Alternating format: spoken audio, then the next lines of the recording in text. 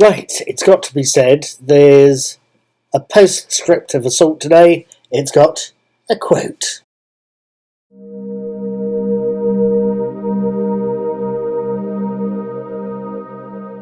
Right, good evening, good morning, good afternoon, whatever it is, wherever you happen to be. My name is Paul, I'm also called Knick-Knack. I'm the brains behind Knick-Knack's Daily Teaser, the world's most repetitive, boring, fun quiz, and I'm also the brains behind Knick-Knack's Old Peculiar, which is my blog that I publish to quite repetitively on a daily basis.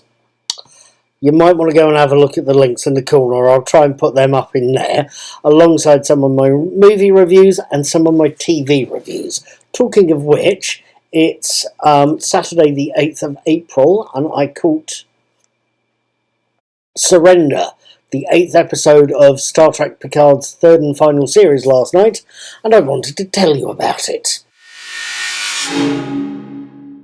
Episode 8, Surrender, opens with a usual summary of earlier episodes in the series, and then shifts to show us Vadic, Amanda Plummer, lighting one of her trademark cigars before switching off the USS Titan's lights, and the communications and doors, trapping everyone outside the bridge in the ship's corridors, effectively both blind, trapped, and deaf.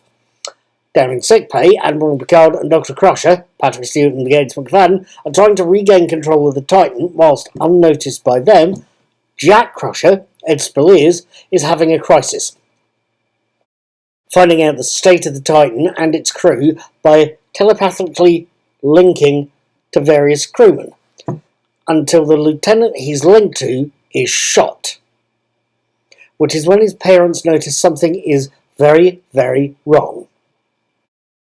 Back on the bridge, Vadic has found out how to use the Titan's communication system so that she, and just she, can deliver an ultimatum to anyone capable of listening. The ultimatum is simple. Jack Crusher hands himself over to her on the bridge inside 10 minutes, or she starts killing the bridge crew one by one by one. Now, what did I make of Surrender? What did I make of this episode of Star Trek Picard? First things first, and at the risk of sounding like a leftover from South Park, oh my god, they killed Vadic. Sorry, bit of a spoiler alert there, I should maybe put that in. At any rate, Picard, at least, kills Vadic when he opens near the end of the episode, when he opens the emergency hatches on the Titan's bridge. Jack and Seven are inside a force field and don't get sucked out, I should add here. It's a suitably dramatic end for possibly the most theatrical villain the series has seen. I'm tempted to say since the days of General Chang in that particular Star Trek movie, played by Amanda Plummer's dad, I should add. But I will instead tell you to pick your favourite Trek villain and tell you it's the most theatrical death since theirs. She ends up freezing to death in space and shattering to pieces on the hull of the Shrike, of her own starship. I don't think that'll necessarily stop her, at least I hope it won't, because I think both Vadic and Plummer's performance as Vadic has been one of the highlights of this third season. I don't know if she would deserve a spin-off, but I'd like to see more of the character, and I'm thinking of the second Terminator movie here. That particularly liquid metal Terminator didn't seem to stop. It's the Robert Patrick character. Go watch the melting scene. At any rate, however much I enjoyed that, and however much I think, or however much of a loss I think Vadic's death is, Surrender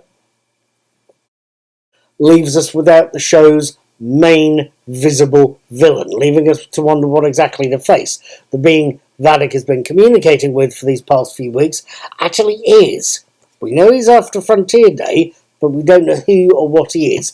And given the episode implies Vadic knows, or knew, I should say, exactly what Jack's powers are, I can't help but wonder if the face is connected to Jack, or whether the face is Jack, a future version of Jack. We're going to have to see over the next couple of videos, aren't we? Just as a next, or possibly last thought, we also know that Will Riker and Deanna Troi, Jonathan Frakes and Marina Sirtis, were captured by Vadik and eventually freed near the end of this episode. I have to say the pair's scenes in captivity were some of the best in the episode and possibly some of the best in the series. I am not surprised somehow. Both of them are competent actors. Both of them have played and talked about their characters for many years, and they know them well. And I get the impression the actors obviously know each other and have done for years, but are also good friends.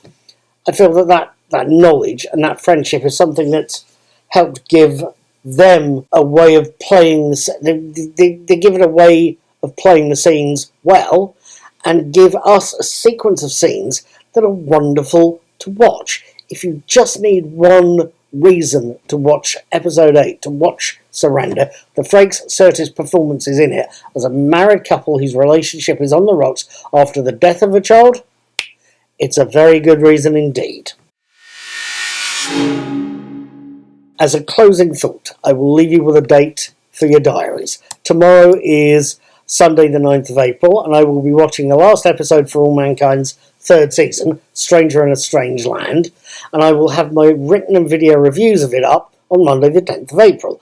I'll be watching Vox, the 9th episode of Star Trek Picard, on the 14th of April, and have my written and video reviews of that up on Monday the 15th.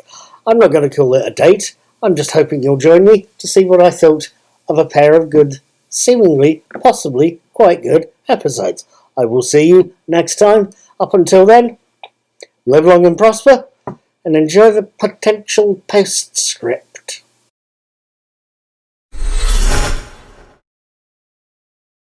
Right, I mentioned how good Sirtis and Frakes were tonight.